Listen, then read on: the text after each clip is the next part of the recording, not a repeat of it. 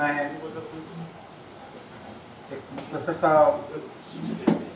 تعارف ڈاکٹر نجم ریحان کے حوالے سے کچھ مختصر سی باتیں بھی آپ حضرات کے سامنے عرض کروں گا۔ ایک ورکشاپ منعقد کیا گیا تھا 10 کمانڈمنٹس آف لیڈرشپ۔ اس کا جو سب سے پہلا کمانڈمنٹ تھا وہ یہ تھا کہ یہ جو شوڈ ہے، چاہیے 99% لوگوں کو قوم کے مسائل کا بہت اچھا شعور ہے، بہترین تجزیہ یا انالیسس کر سکتے ہیں، بہت اچھی تقریریں کرتے ہیں، کتابیں مضامین پہ شاندار لکھ سکتے ہیں۔ AM/PM یا شاداب کے سامنے کھڑے ہو کر یا دیوان خانوں میں یا بڑے اچھے اچھے سیمینارز میں انالیسس بہت اچھی کرتے ہیں، اور اس کے بعد حل کی جب بات آتی ہے تو ان کے پاس اتنے مشورے ہوتے ہیں کہ اگر ان مشوروں کو جمع کر دیا جائے تو اربوں کا پٹرول کا خزانہ کم پڑتا ہے۔ یہ ہونا چاہیے، علماء میں اتحاد ہونا چاہیے، اور زاہد علی خان اور اویسی صاحب میں اتحاد ہونا چاہیے، اور لیڈروں میں اتحاد ہونا چاہیے۔ تو کمانڈمنٹس آف لیڈرشپ میں جو سب سے پہلا رول ہے کہ اگر آپ واقعی قوم کے لیے کچھ کرنا چاہتے ہیں، سچے ہیں اگر آپ، تو گجرات کی باتیں چھوڑیے، مظفر نگر کی بات چھوڑیے، آپ کیا کر سکتے ہیں وہ بولیے، کھڑے رہتے کرنا شروع کیجیے۔ آپ کے پاس کتنا وقت ہے، آپ کی جیب میں کتنا مال ہے، اور آپ کے ریسورسز کتنے ہیں، اس کو لے کے شروع ہو جائیے۔ ورنہ جو پلان آپ بتاتے ہیں اس کے لیے کروڑوں روپے درکار ہوتے ہیں، کروڑوں لوگوں کی تعداد درکار ہوتی ہے۔ لوگ اس طریقے سے، مجھے اجازت دیجیے تو ایک لطیفہ یاد آ رہا ہے۔ کسی عورت نے بھگوان سے منت مانگی کہ فلاں منت پوری ہوگی تو میں چٹکیوں کا ہار پہناؤں گی۔ تو بھگوان نے سوچا یہ سونے کا ہار سنا ہے، چاندی کا ہار سنا ہے، یہ چٹکیوں کا ہار کیا ہے؟ تو خیر اس کی منت پوری ہو گئی تو اس نے آگے بھگوان کے آگے یہ شروع کیا، یہ چٹکیوں کا ہار ہے۔ تو پوری قوم جو شاندار چٹکیوں کا ہار پہناتی ہے، مشورے دیتی چلی جاتی ہے، اپنی جیب سے پیسہ نہیں نکال سکتے، وقت نہیں نکالنا چاہتے۔ لیکن ایک شخصیت، مجھے ڈاکٹر نجم ریحان صاحب کا جب میں نے بایوڈاٹا دیکھا اور ان سے گفتگو ہوئی تو مجھے بہت خوشی ہوئی کہ یہ شوڈ مین نہیں ہے، جو کر سکتے ہیں وہ کرتے ہیں۔ لوگ خالی فلم بنانے کی باتیں کرتے ہیں، انہوں نے 30-35 سال کی بھی عمر نہیں ہوئی ان کی، انہوں نے تقریباً 100 کے قریب ڈاکومنٹری بنائی، اور ڈاکومنٹری بھی وہی ہیں جو چیز آپ ذہنوں میں سوچتے ہیں وہ انہوں نے کیا ہے۔ بہت شاندار کیا ہے یا نہیں کیا ہے اس پر مت جائیے، ہی attempted، شوڈ نہیں کہ ہونا چاہیے، ہماری فلم ہونا چاہیے، یہ نہیں کہا میں کر سکتا ہوں، میں جو کروں۔ طب نبوی اہم سبجیکٹ ہے، طب نبوی کے فوائد کی تاریخ گواہ ہے کہ دوسرے ملکوں سے جب حکیم آتے تھے مکہ کی اس بستی میں علاج کرنے کے لیے تو ان کو وہاں کوئی بیماری نہیں ملتی تھی۔